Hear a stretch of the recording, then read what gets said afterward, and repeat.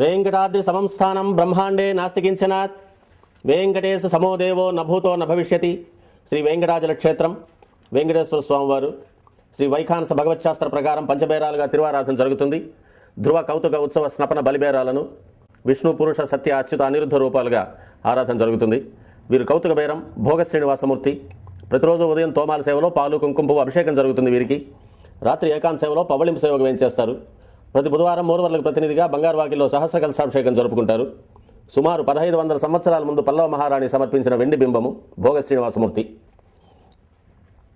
ధ్రువబేరం మూల విరాటు వక్షస్థలంలో మహాలక్ష్మి అమ్మవారు, పద్మావతి అమ్మవారు, శ్రీవత్సం, కౌస్తుభం, ముఖమండలంలో పచ్చకర్పూరనామం, కస్తూరి తిలకం, శ్రీపాదరేణు అనే మహాప్రసాదం, నవరత్న కిరీటం, రత్నాల సుదర్శన పాంచజన్యాలు, రత్నాల కర్ణపత్రాలు, భుజములందు నవరత్నాల నాగాభరణాలు,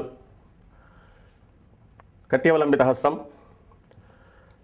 రత్నాల వైకుంఠ హస్తం, స్వర్ణ యజ్ఞోపవీతం, దుస్త శిక్షణార్థం సూర్యకఠారి, మకరకంఠి, చతుర్భుజ లక్ష్మీహారం, తులసీపత్రహారం, 5 పేట్లుగా ఉన్న సహస్రనామహారాలు, ఇరువైపులా సాలిగ్రామ హారాలు.